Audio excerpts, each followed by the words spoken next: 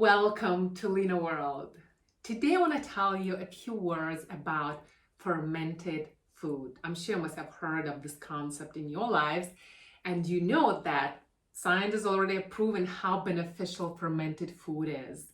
I was lucky enough to grow up in the culture that encompassed fermented food as part of its diet. So I do remember as a kid still growing up, going to the kitchen and my mom pounding in a wooden barrel, like a big wooden barrel, with a sort of a thick wooden stick, the shredded cabbage and a few carrots I remember, and there was some cumin seeds. That's what, as much as I remember, pounding, then covering it with a plank of wood and putting a heavy stone on top and taking it out to the balcony because we lived in the apartment at the time. So that's as much as I remember. I didn't know how beneficial it was at that time. It was just part of my diet. And we would use, what is called now, sauerkraut, like as a staple thing. Not, I wouldn't say it's every day like it would be in Korea.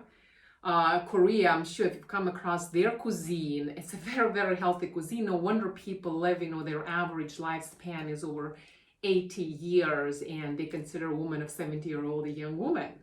Dish or anything for that matter you would order in a Korean restaurant, they would bring kimchi. This is their fermented vegetables on the table, and with that would come complimentary also barley tea. And that's as much as I can tell you, and this is how beneficial it really is. And we've all heard of like yogurt and kefir. These are also very good live cultures, because what happens during fermentation process, the live bacteria is being produced, which is these probiotics, which are very, very beneficial for our intestinal flora, keep our gut healthy, and that in turn enhances our immune system and also our mood, because you know that a lot of diseases start where? In the stomach. So if your stomach is giving issues, I don't think you'll be in a happy mood. So keeps good healthy bacteria in the stomach lining, enhances your immune system, prevents from IBS, irritable bowel syndrome, candida, a big one these days, and colitis. So you name it, there are so many reasons to take in. And as I told you, in some cultures like in Korea and also in Japan, it's part of their everyday diet. In Japan, I'm sure if you've gone to Japan, I've eaten in the Japanese restaurant, miso soup, right? They put miso inside the soup, and what is miso? It's again fermented tofu, rice or barley with salt. I think they also add some vinegar and good fungus, and that's what they add to the soup in the end once they take it off the heat. Because one thing to remember, you do not want to lose that bacteria. So sometimes when you buy these probiotics, so-called, like in a kefir yogurt form, please check it that it has a living bacteria, that it hasn't gone through the heating process, and that's when bacteria goes away, and it kind of beats its the whole purpose. Maybe it still tastes good, but it doesn't have the benefits that this fermented food offers, right? In whatever form. Kombucha tea, again another one, green tea or black teas, again fermented tea. So many cultures, and these are healthier cultures, and where people tend to be healthier, they all included fermented food, realizing how beneficial it is. I think in my culture it was part of the thing that we have a 4-season climate, and at that time when I was growing up, nothing could be imported. So whatever we grew during the summer, that's the time we had to consume them. So what do we do during winter time?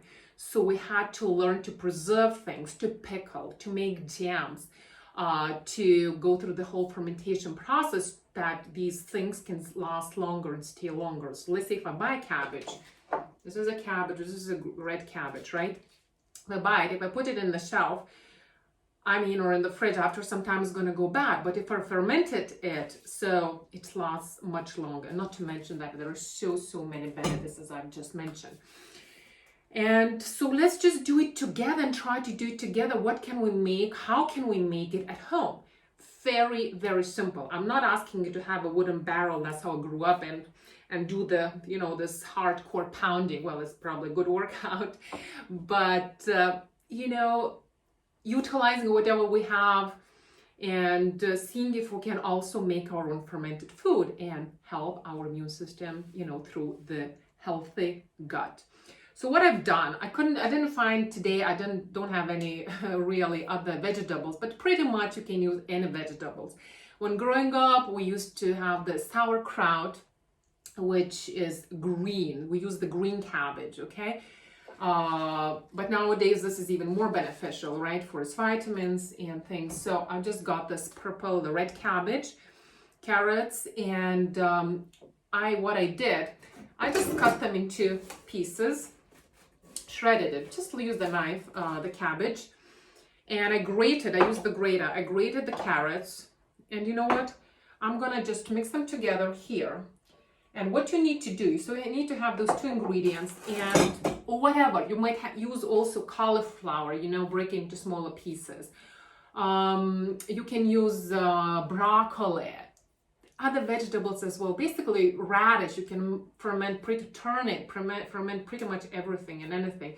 But again, I use the basics and then I just play with it, improvise a little bit.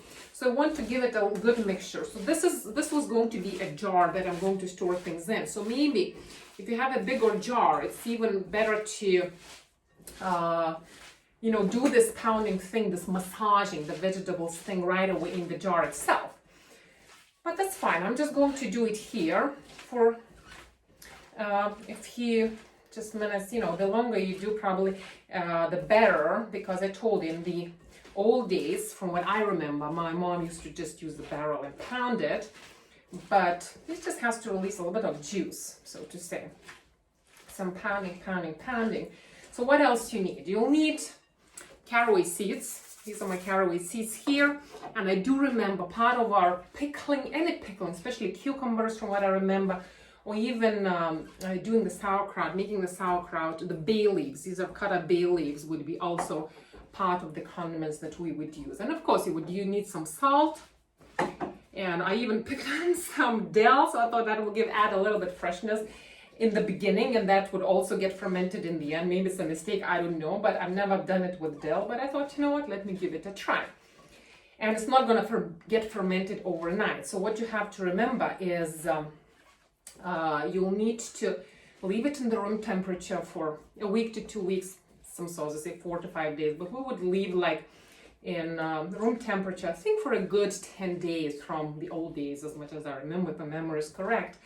And then take it to the balcony, you know, where the temperature is already cooler. So again, if your temperature indoors is warmer, the fermentation process will be faster, right? But once it's done, you kind of taste it, and once in a while you might need to come out to kind of to skim the scum, like the froth, you know, that kind of smelly, stinky froth, I would say, once in a while, once it's still in the room temperature.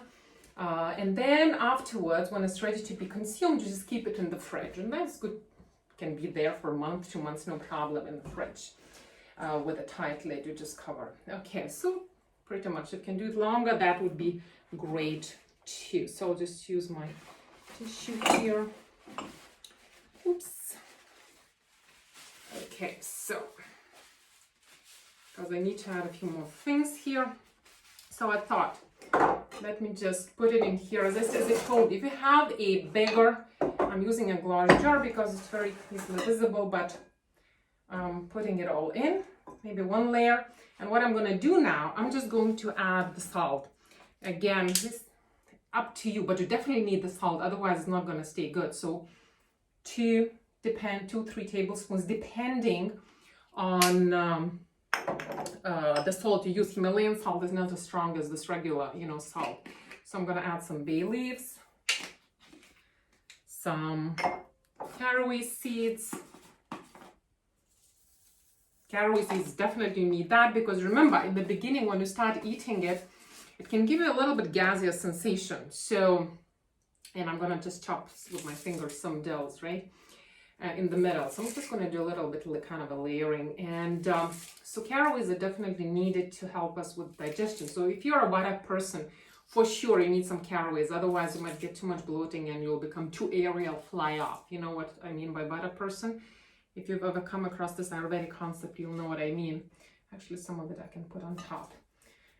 So that's that. So I think we're taking care of the salt, bay leaves, and caraway seeds. Just optional, the dill. And now I'm just gonna add more. And if you want, you know what else you can do? Just took these wooden things. You can just do like that, you know, pound it a little bit. So that's the juice get sort of secreted in this jar and start seeing it, oozing it out. You know, 5 to 10 minutes would be great if you can do that, but it's okay. So I'm just topping it a little more. You can use even a little spoon, you know, whatever works for you. And now I'm gonna add the rest of the ingredients here. So if you just want to do cabbage alone, you can do the cabbage alone. That's totally cool. If you want to do just broccoli, just cauliflower fermented, that's also fine, you know. But as I told you, I grew up in this traditional culture where cabbage, the green cabbage, was the way to go. And again, we're gonna add and do the same thing. Caraway, more caraway. And then some more bay leaves and salt. And if you need to add more salt later when you keep checking it for the next 10 days to 14 days, so do so, okay? So then again, I give it one last pounding. Because what you want to do, you want to fill it to the top, maybe 1 to 2 inches left here. It's much less, maybe it's just a little bit over half, but that's fine. I'm just showing it to you. But there's one last final step, which is the key thing, and I'm going to share it with you in just a moment. So, I hope I added enough salt, but the salt you can always keep adding a little later. So this is my water. Okay, I'm going to add, this is warm water. You want that salt to get dissolved like easily. Not hot, not cold, just room temperature warm water. And it has to cover those vegetables. Definitely, it has to cover. So let's see if you're filling it up to the brim, almost the veggies you leave 1 to 2 inches, you know, from the top, and then the water would be 1 inch to the top. So a little bit more water, okay? So that's fine. So you see my veggies are covered, my cabbage, my carrots are covered. And what we want to do now, you need to cover it.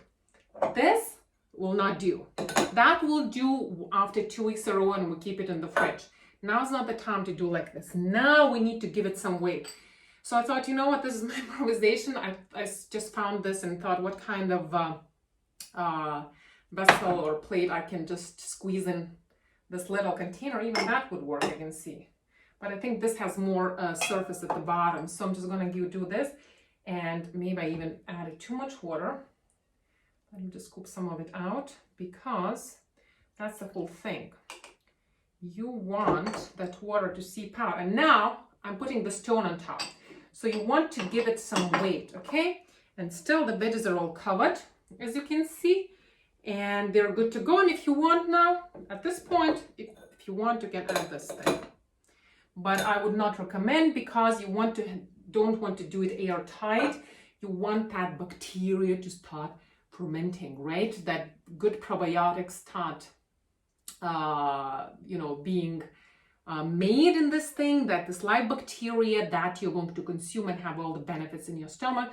So now this is the time. It's just so easy, isn't it? So if you want to do more, you do more. You want to use green cabbage or anything else, that's fine. I'm just going to leave it in the room temperature, probably put it by the window somewhere. That's fine. It's going to have more sunshine. The fermentation will be faster. So again, if you live in a very warm climate, it's going to be just 1, 2, 3 done. And after a few days, you can keep it in the fridge. And otherwise, in a colder temperature, it's going to take longer. So just keep it by the sunshine. Fermentation will be faster. Keep checking, you know, keep checking time to time, and there'll be this froth thing on the surface. And just skim it off, and then Try it. If you need more salt, add a little bit more salt and then keep it in the fridge and enjoy. Have a few bites. Normally I use my chopsticks every single day as part of your main meal. Okay, welcome to this very healthy world of fermented food.